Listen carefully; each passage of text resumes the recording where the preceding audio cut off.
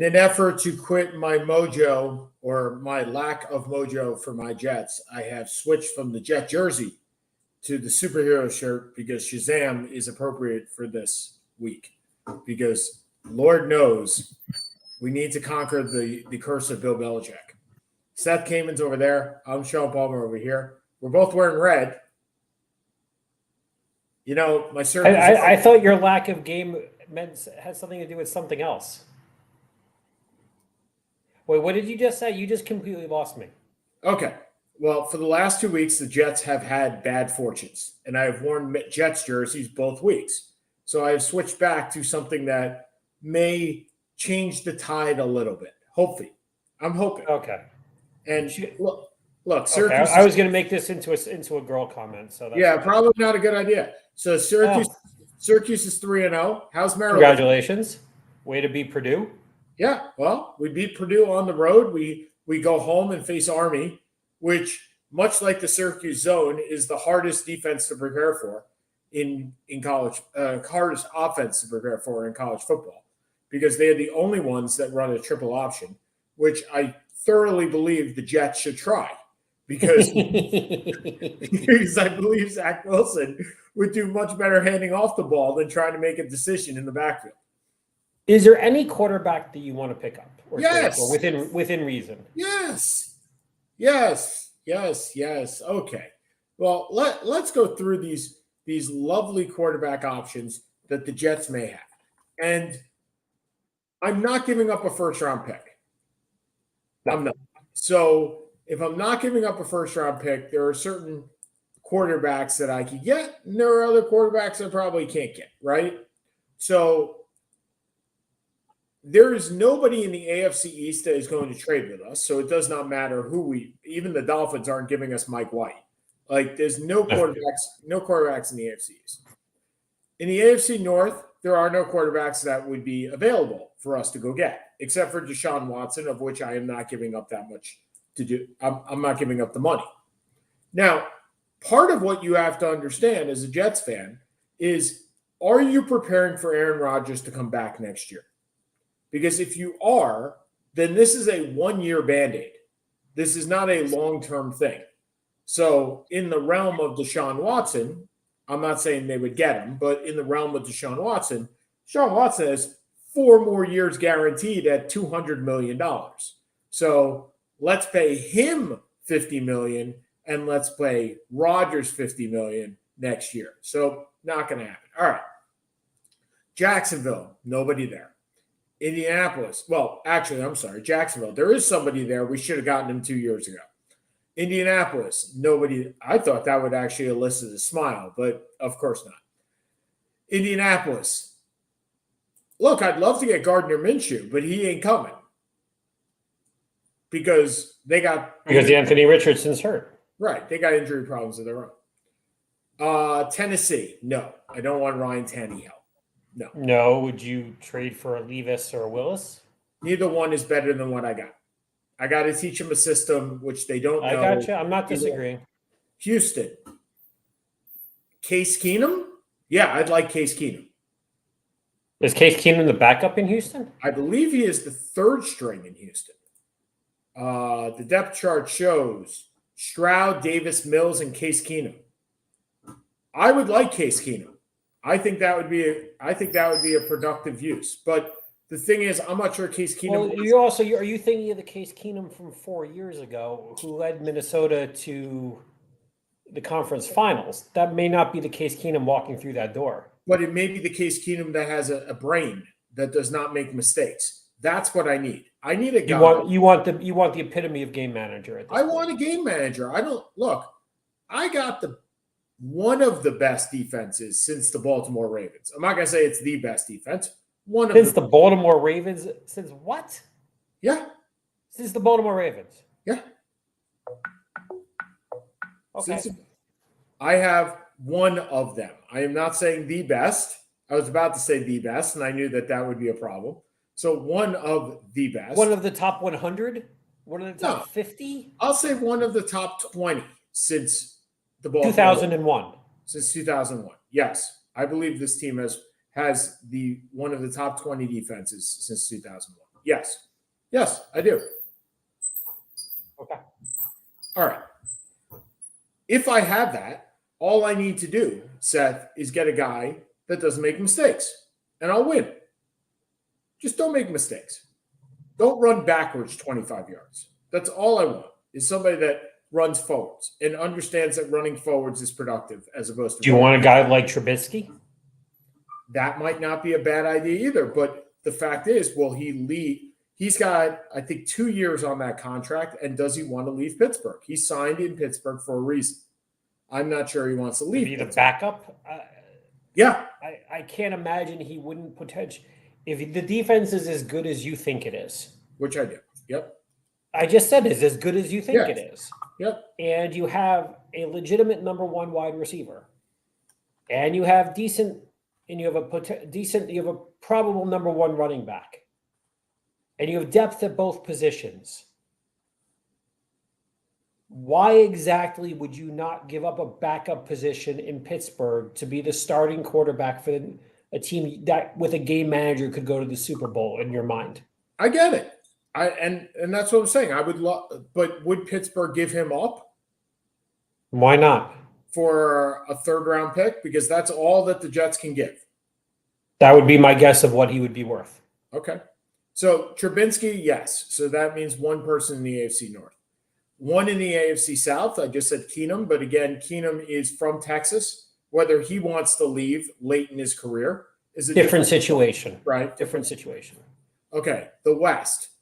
Look, I'd love to get Jimmy Garoppolo, but he's not going anywhere. So not this year. No. And he's got a 4-year contract, so it doesn't matter anyway. Yeah, but it's got to be voidable after 1 or 2. I agree. All right, nobody on the Chiefs, nobody on the Chargers that I can get. Obviously, I would love to get Justin Herbert, but it ain't happening. And his backup is Easton Stick, so that's not doing anything for me either. Sounds like it's a good porn name. Yeah. So the Broncos, nothing on the Broncos, right? Is it possible the Broncos are the worst quarterback situation in football? Who's their backup? Just Jared Stidham. No, they just signed Stidham specifically because Peyton wanted him. I don't think so. No, I mean, let's take over the next 3 years, right? Because if you want to cut Russell Wilson, you're eating $35 to $40 million next year. I mean, I think that may be the worst, including money-wise, the worst situation in football for them. Okay, I'm getting echoing on your side. I don't know what you just did. Are you really? Yeah, just got it. So, okay, Dallas Cowboys.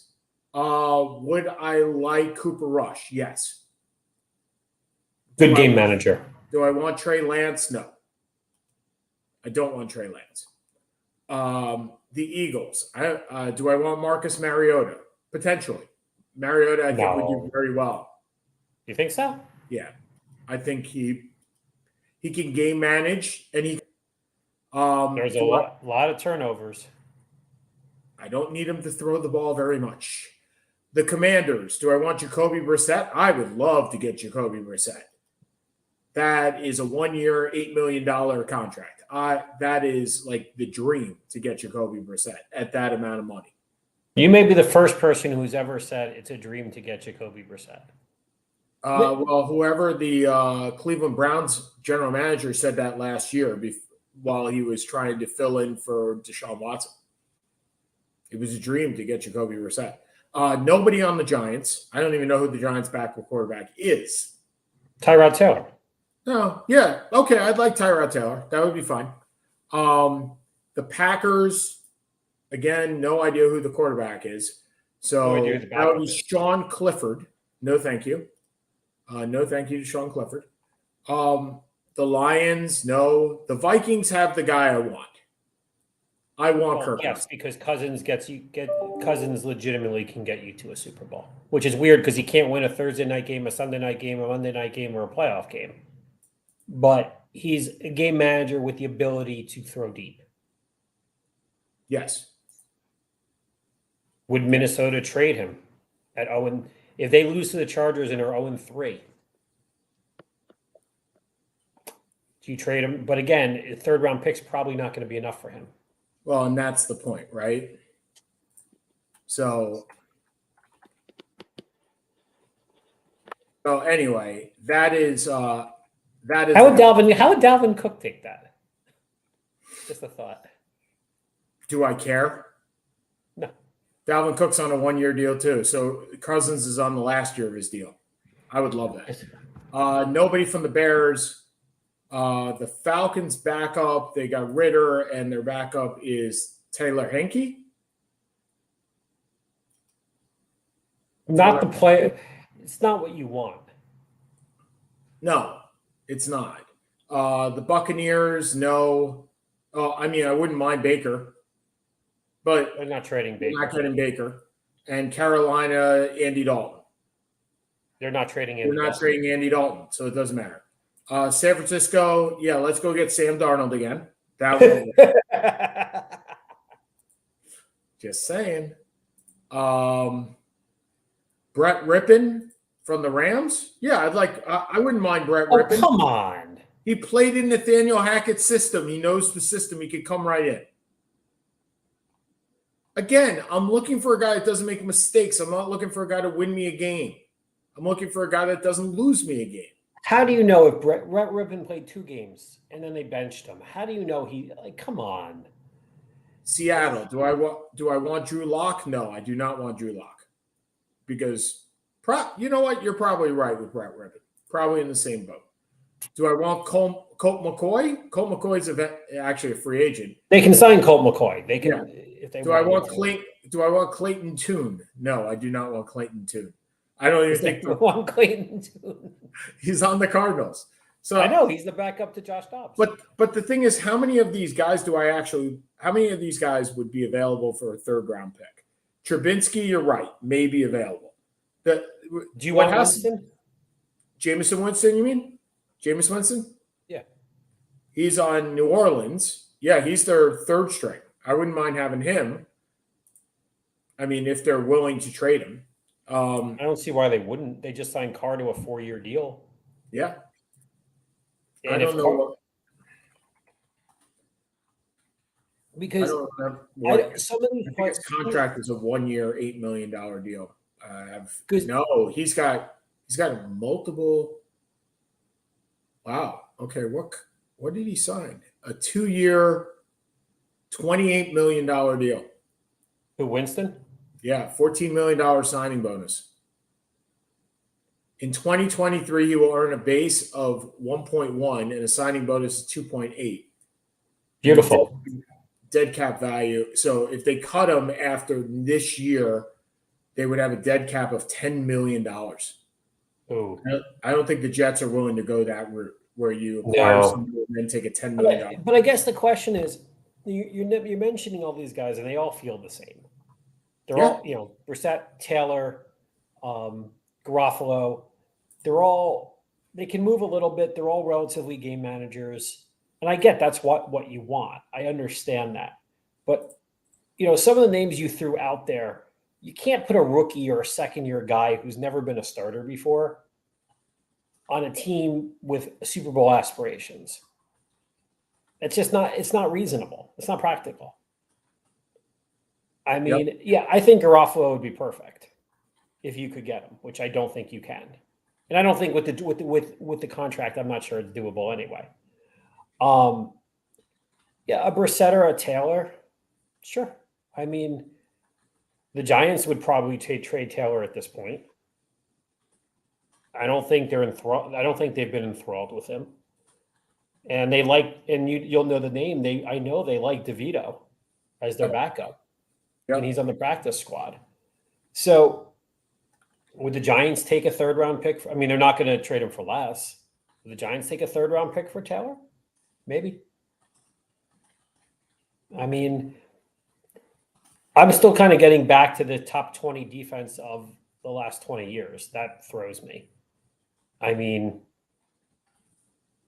just don't get it. It's a good defense. It's a very good defense, but I'm not willing to say it's good. I don't That means you'd have years where they would have been the best defense in the NFL.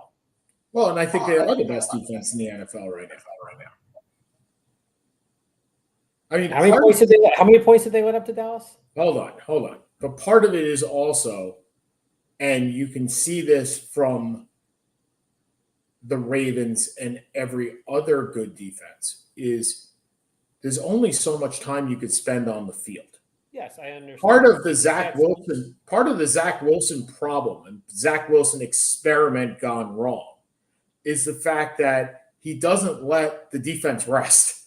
It's 3 and out, and then here comes the defense again. And then it's 3 and out, and here comes the defense again. And the amount of possessions that Dallas had the other night, and the amount it wasn't like Dallas scored 30 points in the fourth quarter when they were exhausted.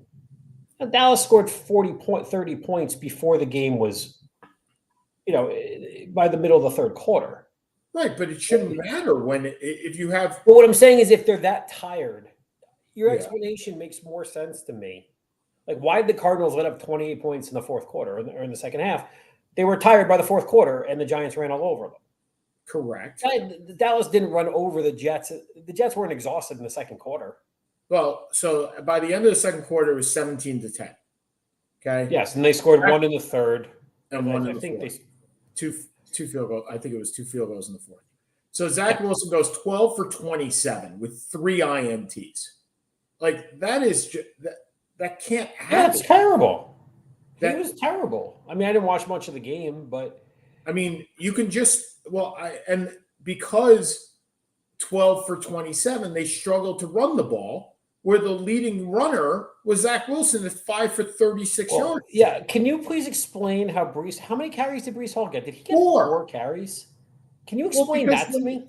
Because when you stack the line and you put 9 in the box and you just say throw it, and the problem is you don't have a guy that can throw it.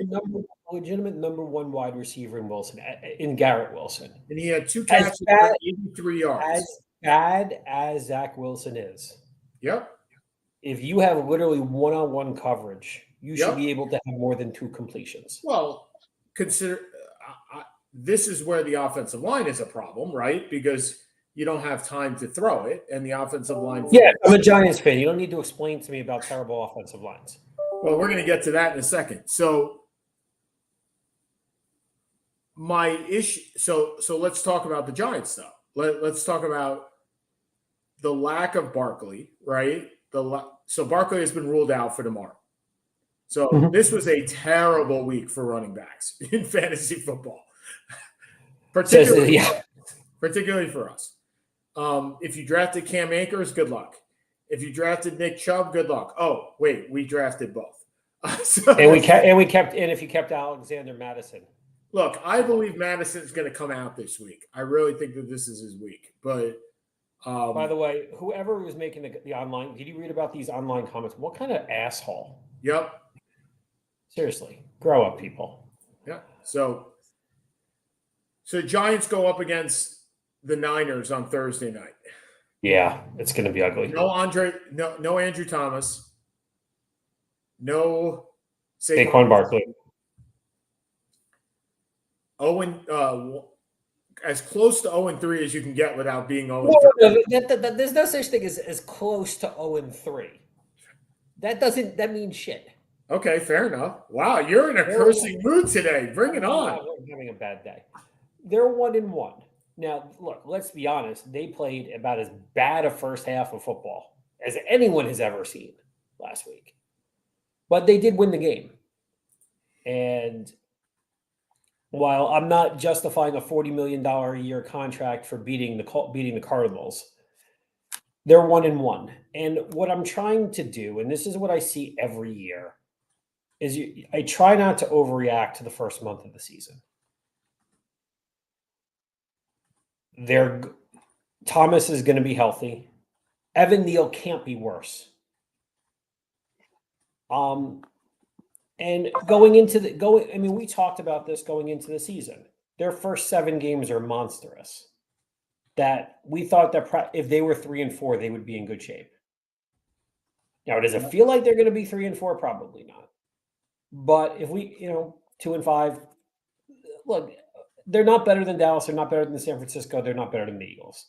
So they're not going anywhere of significance at this point anyway. Correct. I'd like to see improvement in leading into 24 when they have a lot more room on their cap. They can get rid of some of these other players.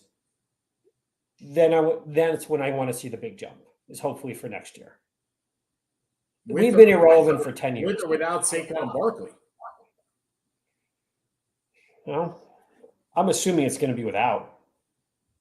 I don't know. And that's another. I'm not ready to have that discussion yet. Well, that's another huge. If you're banking on 2024 as being the year, then you got to have that discussion now, right? Because that's just you can't have that discussion hole. 2 weeks.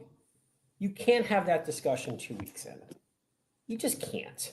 You can't have the discussion for 2024 2 weeks into 2023 when you could still be a playoff team. When you could still be a playoff. But you're already having it. You just said you're looking forward to the jump in 2024. Because they're having a 50 or 60 million coming off the cap in 24. Okay. So there will be that. So they can make it. There are things that they can do at that point. Kenny Golladay is still available. I've heard rumors. He has not been re-signed. He ain't. I'll tell you one thing though. He ain't walking through that door. No, he is not. Okay. By the way, you saw Josh Jacobs' numbers from last week? I did not. 9 carries, -2 yards. Excellent. Maybe we should be picking up his replacement. He's not going to be replaced. They're going to run him into the ground. Yep. Before they do anything else. And so we got Matt Breida today. Yay, in the waiver wire. Look, ladies and gentlemen, we suffered a huge loss losing Chubb. And I saw that injury on the plane on the way back. And I think you texted me. Oh, I texted you right away, and I said, I am not watching that replay. I mean. It was ugly. Well, it and he's such a likable and such a well-respected player. Yep. And it stinks. And it's unfortunate because he's probably done in Cleveland with that. That's probably his last snap in Cleveland. He's got about $12 million unguaranteed next year. And I can't imagine them holding that number based on the leg that he demolished in college and got demolished Monday night. I can't imagine that happening. But this is why Saquon, why Josh Jacobs, why these running backs are saying, I need the money earlier, because they don't have a huge shelf life.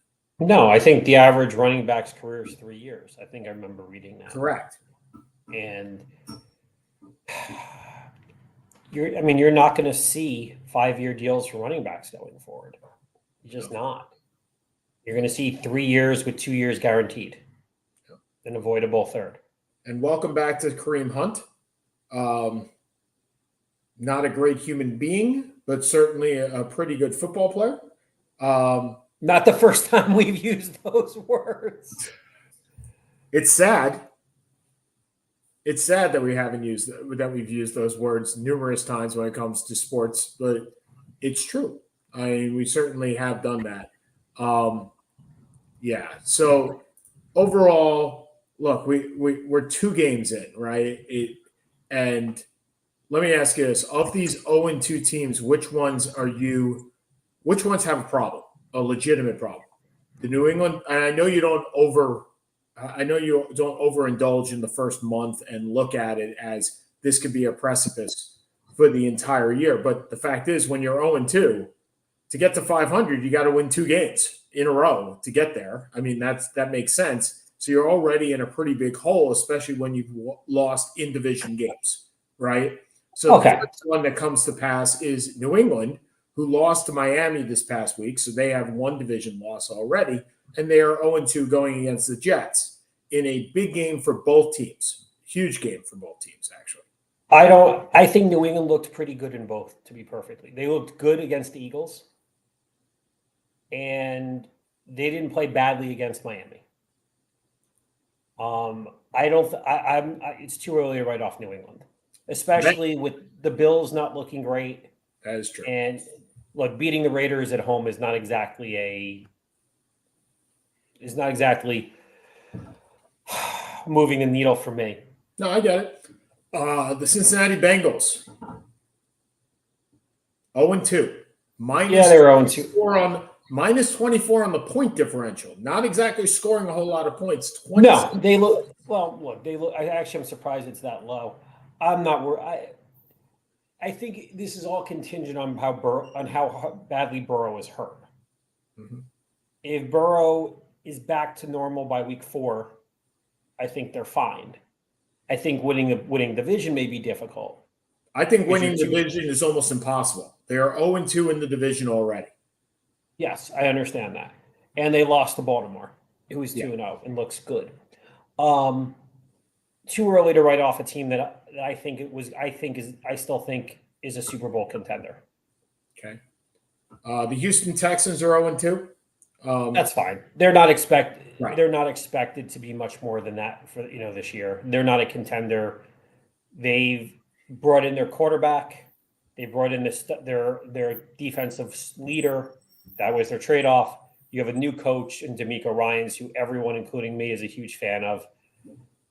It's going to take a couple of years to build that team up. That's fine. Two teams that are 0-2 in the same division, I think, going in completely opposite directions. I think the Chargers find a way to lose. They just can't seem to find a way to win. They are 0-2. If they lose against the Vikings, is Staley out of a job? No. The one thing that the Chargers do have going for them is they have not played in the division yet. But they are 0-2 in conference, which is a bigger issue for a wild card team. Yeah, but it is and it's not, because the practicality also is, they're not winning the division. They're not going to be favored to win the division. Obviously, that's going to be the Chiefs, and any conference winner, any playoff, non-division winner, wild card is going to be 9-8, 10-7. They're all going to have a couple losses in conference. I don't concern myself with that. I think San Diego. I think the loser of San Diego, Minnesota is in a huge bind. And then you have Denver. I think the winner's okay. Then you have Denver, which I think is just in a huge amount of trouble. Like it does feel like, how do you blow a 21-point lead to the Commanders? And you blow it in 3 minutes. How does that happen? I mean, Denver, look, despite everything else, Denver has always been known for their defense. They have Patrick Surtain. They have Justin Simmons. Like, the offense, it's erratic. Russell Wilson, well, it's not working out the way we had hoped, if you're a Broncos fan. But it is happening the way you and I expected it to. Yeah.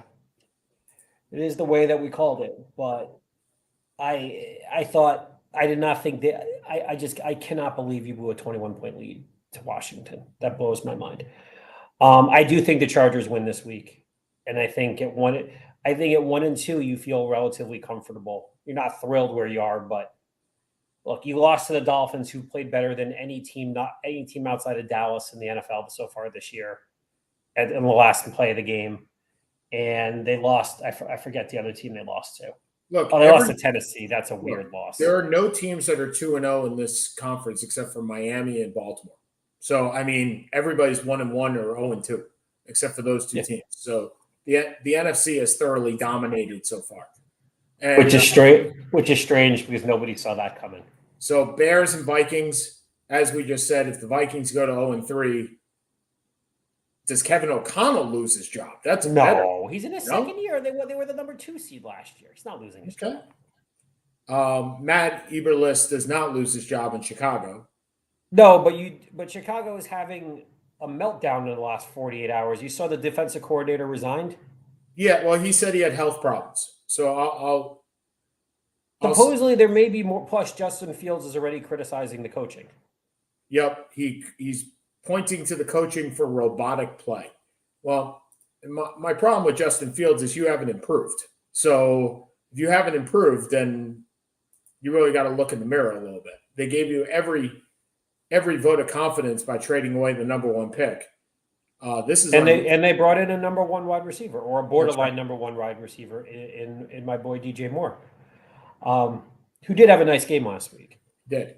Okay, 0-2 Carolina Panthers. This is like the Texans. This is going to take a while.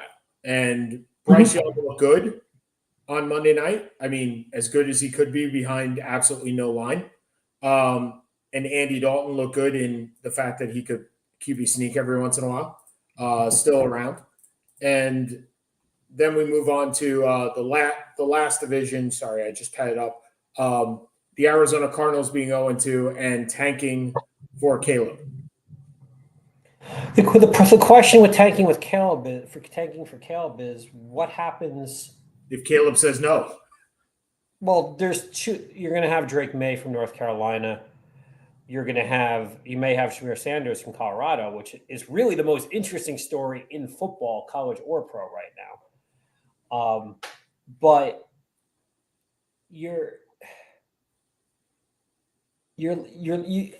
Kyler Murray just signed a 5-year, $250 million contract. And he says he's coming back. Hey, I got him in 2 fantasy leagues. I hope so. But how are you trading that contract?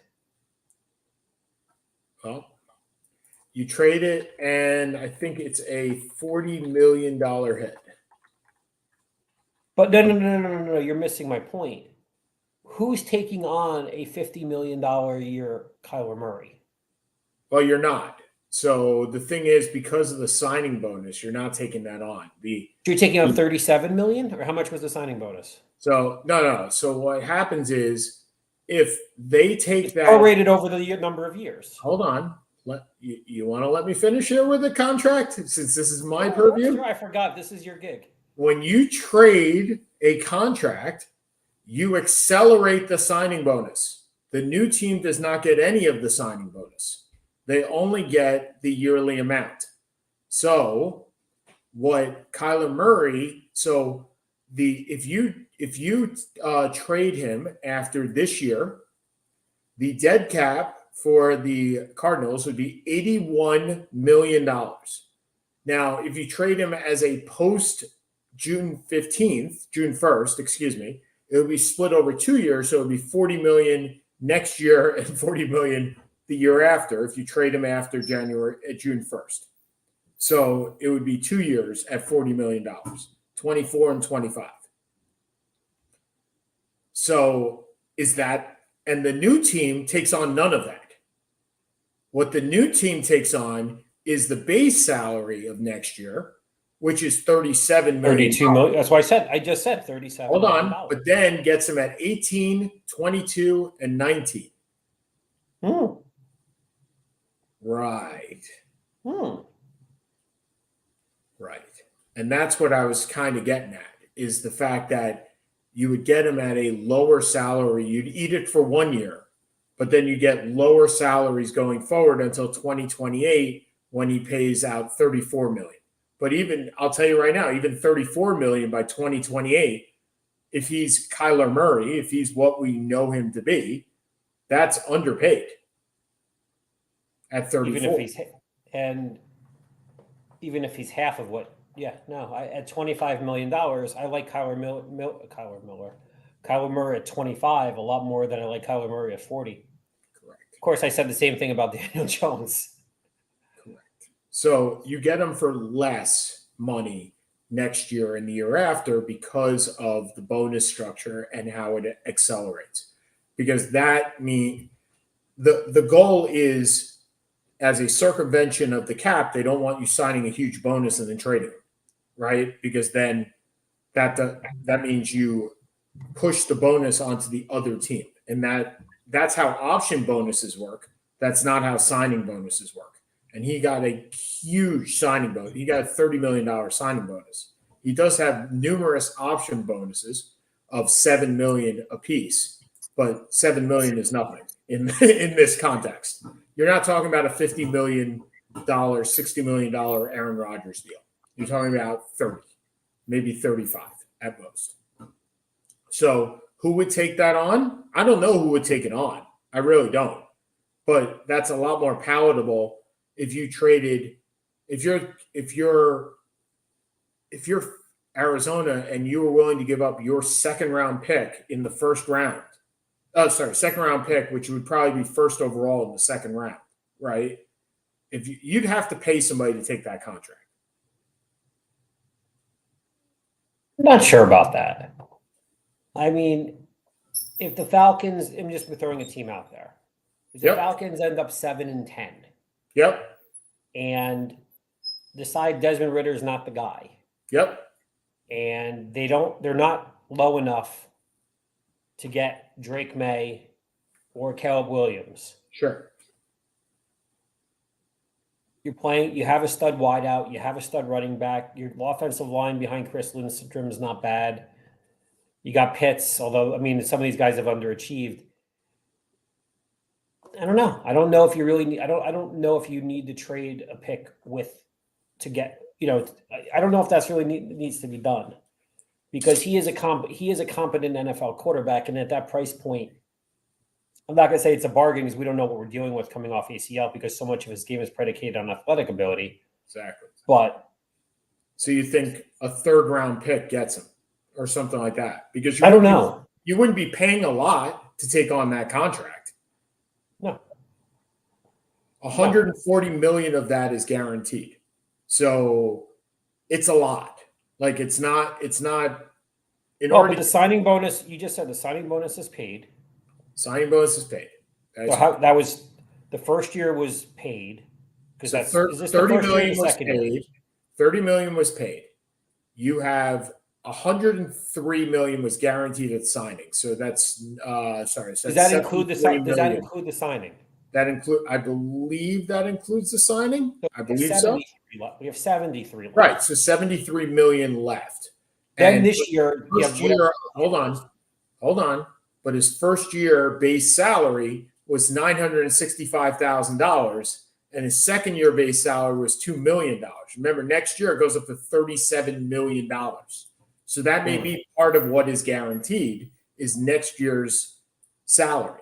And then so it's guaranteed probably 37, probably 18 is also guaranteed. And there's a lot more that's guaranteed for injury as opposed to non-play. So if he doesn't come back from this and you trade for him, or he hurts himself again, you guaranteed for injury means you get paid whether you're injured or not. The only guaranteed for injury means if you're on the IR, you still get paid, as opposed to you just stink and they have to cut you. You can't, if you have money guaranteed for injury and you waive somebody or put them on IR, they're still getting paid if they're injured. Yep. That was the problem with who was it? I don't remember who it was. There was some guy that it was a quarterback, Matt Ryan. It was Matt Ryan that they couldn't cut him because he had a shoulder injury and he was guaranteed to get paid anyway. So he needed to wait till he would either pass his physical and then cut him or not cut him at all. So anyway, with that being said, look, it's possible that the Cardinals trade Kyler Murray. It's a lot. It's a lot. It's a lot over a lot of years. It's not just a 1 year dump either. That's the thing. It's not, he doesn't work out next year and you're good. He's not Kirk Cousins this year. He's not a 1 year deal next year. It's a lot. I would like to bring up something that is right in your ballpark rather than mine. In that Rafael Nadal, yes, I am bringing up tennis. Yeah. You know what I'm talking about, right? Yeah, he said that Djokovic is the best of all time. Yep. And you've given your thoughts on this, and we know we can't compare eras, right? And by the way, Nadal wants to be Real Madrid's president 1 year. I saw that. That's pretty good. Love that. I love how these guys are just going into different things. But look, there's a lot that's happened in the last in tennis this year, and so especially with a new era, right? We got Coco, we got a bunch of new players that are coming in, and I'd like to put Djokovic and I'm listening to a podcast about LeBron James. It's from The Athletic. It's King James, basically going over his last 20 years. And you and I went through Michael Jordan. We saw basically his whole career. I can't say that I remember 1984 all that well, but if you go to like 1989, 1990, right, starting there, the Craig Elo game I certainly remember, like along those lines. Right, exactly. Do we and while I'm listening to this podcast, I'm thinking about it. I didn't appreciate Jordan when he played. I just didn't appreciate the greatness that I saw. I knew he was great, but I didn't realize, hey, I'm seeing this guy do these things that nobody else in history has done. And I'm not really sure I appreciate LeBron doing the same thing, especially in the last 2 years, which he is doing so much more than anybody has ever done at the time that he's doing it.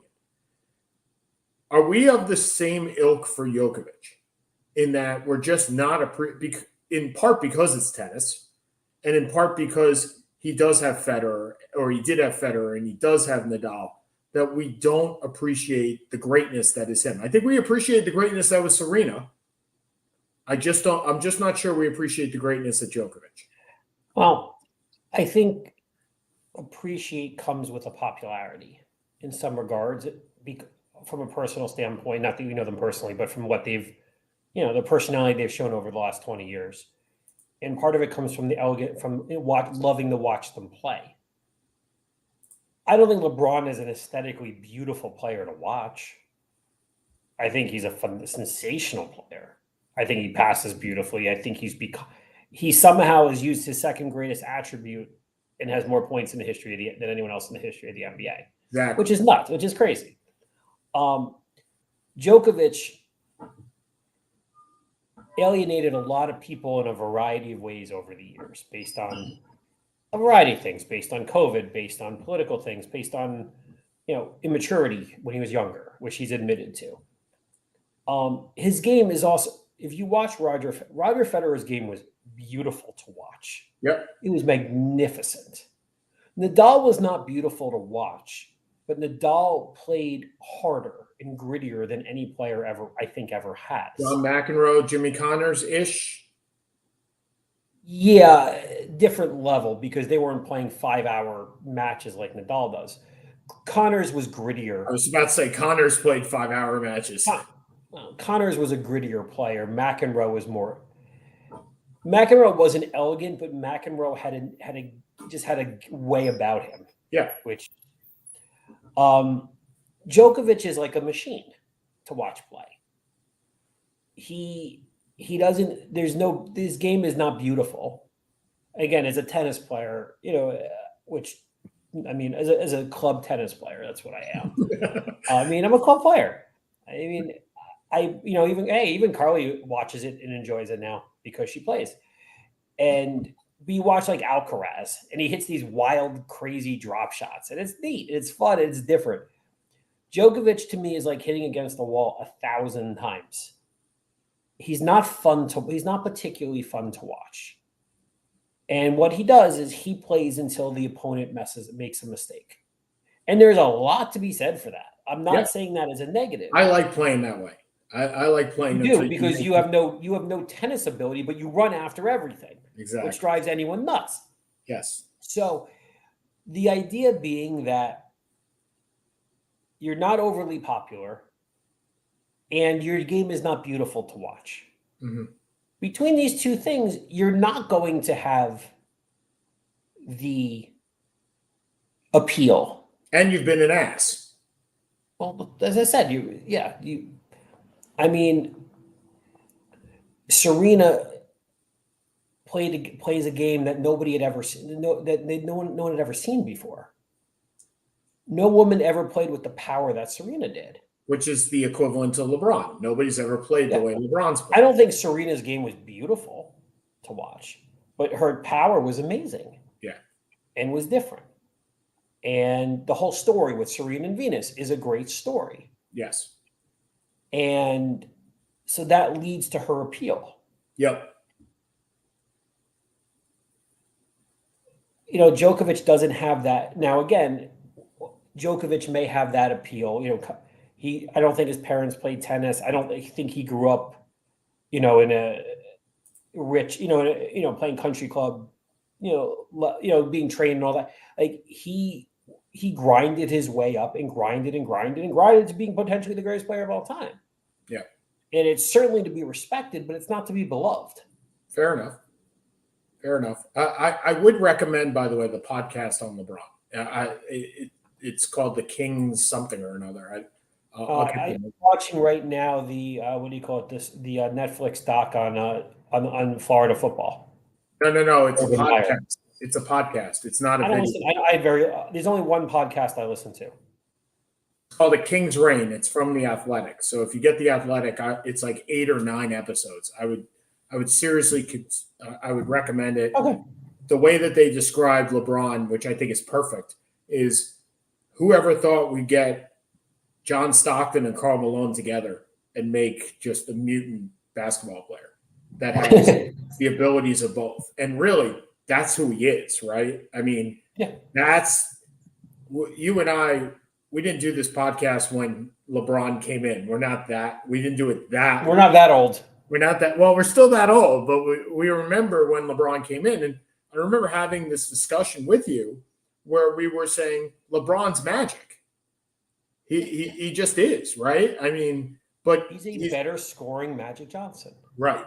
And to be a better scoring Magic Johnson and have the all-time record in points and do things at age 38 that no player has ever done. Kareem at 38 was averaging in his last year 10 points a game. And we all like to talk about Kareem's longevity, and it's admirable. But when we do our NBA preview in a couple of weeks, we won't be saying, oh, if LeBron averages 10 points a game, we'll be happy.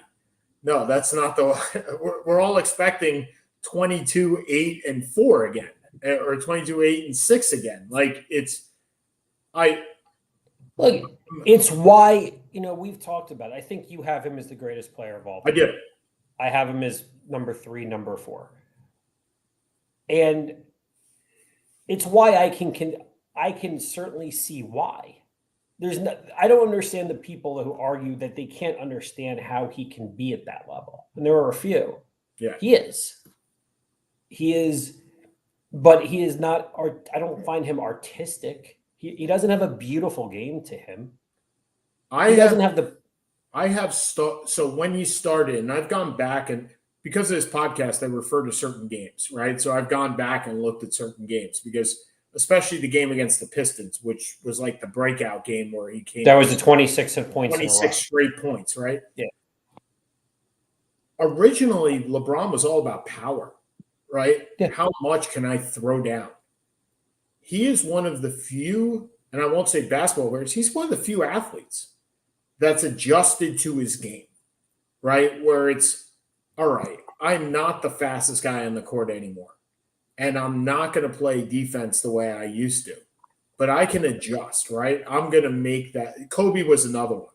Kobe played much different his last 3 years in the league than he did his first 3 years in the league. And to me, that Dirk is another one that went with the fadeaway was unstoppable, right? Once he learned that move, as he got older, it was just a little bit different. And those are the players that I admire. Those are the players I appreciate, because you and I and everybody in this world gets older, right? And there are certain things we can and cannot do as we get older. You are not the tennis phenomenon you used to be. You may be the pickleball phenomenon now, but you are not the tennis. Actually, I'm a better tennis player now than I was then. Okay. But you're not the same tennis player. No, I'm not. Right? And your game changes. You talk about me being able to get to every ball. I can't get to every ball anymore. Like, that's not happening. It's just not. We're older. We're 47 years old. We're not doing what we used to do at 20. It just doesn't happen. But those are the guys that I appreciate more. I appreciate the Jimmy Connors, right, who changed his game. Still was an asshole, but appreciated his game, right?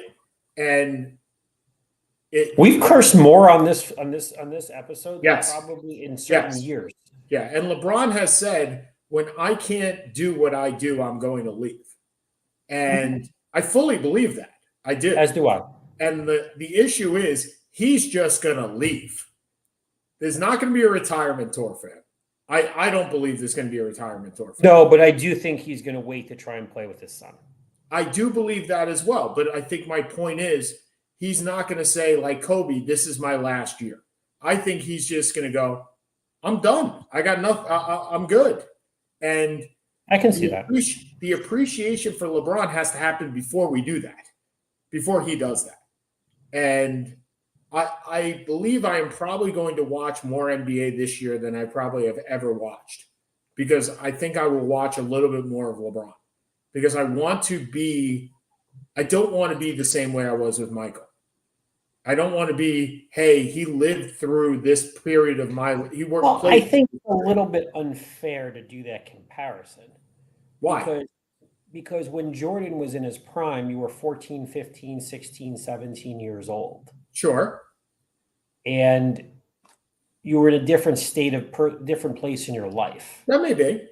Okay. As opposed to now, where you're 47 years old, you've watched LeBron. You were an adult watching LeBron when he came in. That's true. So you've seen the transition over the years. And so I don't think you're missing. I don't look at it as you've missed anything. We've all watched LeBron. We've seen what he has become. We've seen the person that he is, which seemingly is an incredible class act. Even if you don't agree with everything he says or does, there's very little. I've used the word nefarious a lot today at work, so I'll use that. There's nothing been nefarious about him. No, not at all. I don't think, but I agree. I don't think that the way he plays, and because he's jumped so many times, that there is an affinity for him the way there was for, as I said, a Jordan. Yeah. But you also, with regards to him, and look, we've had this discussion numerous times. Would Michael Jordan have the affinity had social media been in existence? No. Right? No. So because all of the gambling stuff would have come out much, much earlier, it would have been much more prevalent. But you can only compare the eras to what you got. No, I get that. I'm just saying, right? So when you say, I think it's so impressive that when LeBron strikes back, and he does on occasion, right? He strikes back. He strikes back politely. There's never been the go F yourself. There's never been the argument to argue. It is, he's never come out like Stephen A. Smith. He's come out respectfully to me. It seems like this is my opinion on him. He's come out respectfully. He's come out with graciousness and understanding that the whole world is looking at what he says. He understands his place. And that's extremely important. Extremely important. I know you have to go we got 5 minutes left. I'm good. All right, so we got 5 minutes left. So do you have anything for your 5 minutes? I think it's just been a weird year for sports. We were talking about I think, we're talking about all these injuries, and we didn't mention the big injury because it's a sport that we're about 2 weeks from being relevant. And that's our someone who to certain people has had one of the greatest years in the history of its sport. And Mr. Ohtani not going to be able to pitch in 24. Yep. Yeah. And so are you really going to be paying $400, $500, $600 million for a DH? Yes. You will be. And Steve Cohen will be if he's given the opportunity to. Look, if Ohtani wants to come to the East Coast, the Mets will be the place where he goes. Right. I don't think anyone thinks he wants to come to the East Coast, but who knows? Yeah. But that's a horrible situation.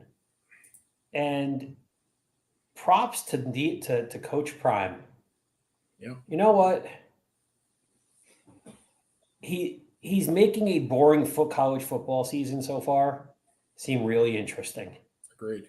And regardless of what happens with Colorado, whether they play Oregon this week, they play USC next week. I'm assuming they're not going to win both. I just think they'd be lucky to win one, especially with Travis Hunter out. Thank you for making this interesting and fun. And my only sincere hope is that you stay in college. Yep. Whether you stay, if Dallas ends up losing the first round again to San Francisco and Mike McCarthy gets fired, don't become a pro coach. Your personality and your exuberance and your, I don't know, joie de vivre, whatever you want to call it, whatever it is that you have in space. Je ne sais quoi. Je ne sais quoi. Je ne sais quoi. So I totally agree with you. He said that he will not go to pro. I hope he keeps that promise because I hope he stays in. Look, I hope he stays in Colorado. Yeah. I think it's. I mean, it would just look good to stay. You made the one jump, and obviously, look, Michigan State has the Mel Tucker issue. That job is going to be open. There's going to be a bunch open. Stay for a few years. Make Colorado a power, and then make your play. But stay in college. Your personality is needed there much more than in the pros. Congratulations to the Baltimore Orioles. My God. 95-57. Your away record is 50-27 this year. Who would have – I mean, look, you bottomed out numerous years, right? And you said, I thought decades. You said you were going to do this. You said you were going, unlike the Oakland A's, which bottomed out and said, we're going to Vegas. You said we're bottoming out for a reason. We are bottoming out to accumulate prospects. We are going through our process like the Philadelphia 76ers. The difference is you succeeded. You are number one in the AL East, which we believed at the beginning of the year would be the toughest division in baseball. And the last place is Boston at a 49% winning percentage, 49%, which means you had to get a 62.5 to win that division. If the Red Sox win their next 3 games, every single team in that division will be over 500, and you won it for the first time. Did they win the division yet? No, they're 2 games above. So they're 2 games above Tampa Bay right now. Which, again, congrats to Tampa Bay, too, doing it on whatever salary structure you have. But more importantly, congrats to Tampa Bay because you're staying in Tampa Bay. My God, you guys actually got a stadium. Saw that coming. Never thought that was coming. Thought you were going to Montreal. Thought you were going to Portland. Thought you were going to Nashville. So congratulations to both the Baltimore Orioles and the Tampa Bay Rays, both in the playoffs, both the first teams in the American League to clinch a playoff spot. Nobody saw that coming, including myself. So congratulations to that. I did. In 1997, I said. Right, exactly. Well, did Tampa Bay even exist in 1997? I don't think so. I don't think so. Baltimore did. It was the year after the Jeff Meyer. For Seth Kamens, I'm Sean Palmer. We'll see you guys next week. For those that are celebrating, have a good fast. Atone for what you need. All right. See you guys.